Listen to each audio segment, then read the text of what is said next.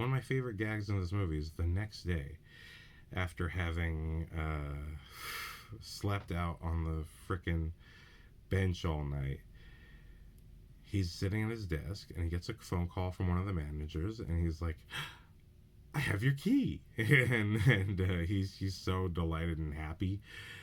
But, Jack Lemmon's like, yes, you have my key, and I got locked out of my apartment and had to sleep on the bench all night. So now I have a miserable cold. And the guy's like, oh, I'm so sorry about that, but can I use your place tonight? And he's like, these people just don't care about this guy. And so the guy says, no, not tonight. I need it tonight. Like he's standing up for himself, and you can tell it's kind of in a way that he's kind of had to before, but in this case, it kind of feels like a time of like he must stand up for himself. Like this, he knows he's allowed this to go too far. He still wants to give leeway, but he knows today he has to stand up for himself. And so he goes through this whole sequence of, well, what about tomorrow? And he goes and he checks his calendar and he goes, let me get back to you. And then he calls up a different manager. Hey, somebody would like to use the apartment tomorrow. Can you switch to Friday? And they go, let me get back to you. And they call someone else up, and the person has to talk to them. And they go through a whole thing. I can't do Friday, but I can do next Thursday. And then he goes, and then Jack Lemmon's like, let me get back to you.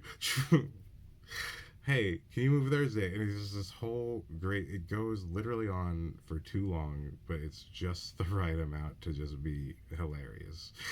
That is one of the best scenes I've ever seen comedy-wise, and I just really wanted to bring that up because, that's something that makes this movie hilarious. This guy's commitment to being that guy.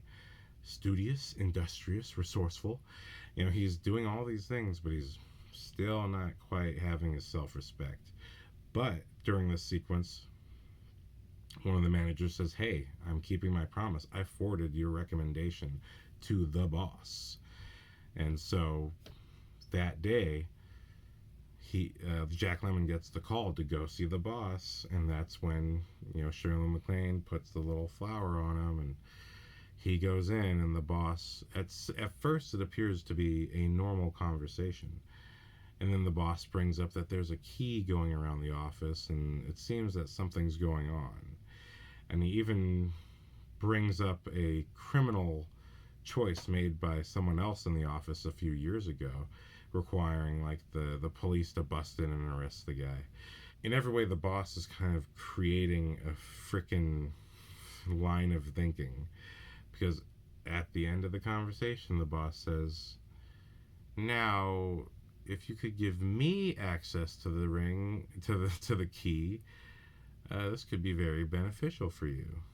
Not only does the boss want the apartment, but he wants the apartment tonight.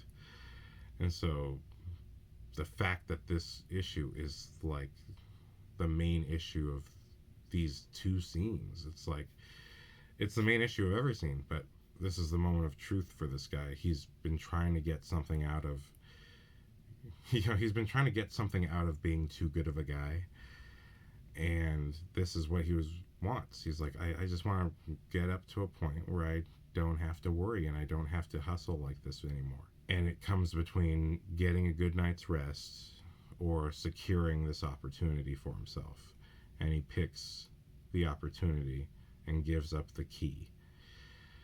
And sort of that moment, this story is kind of going on what seems to be a tragic route, that this guy really can't just get a night of rest because he won't stop giving in.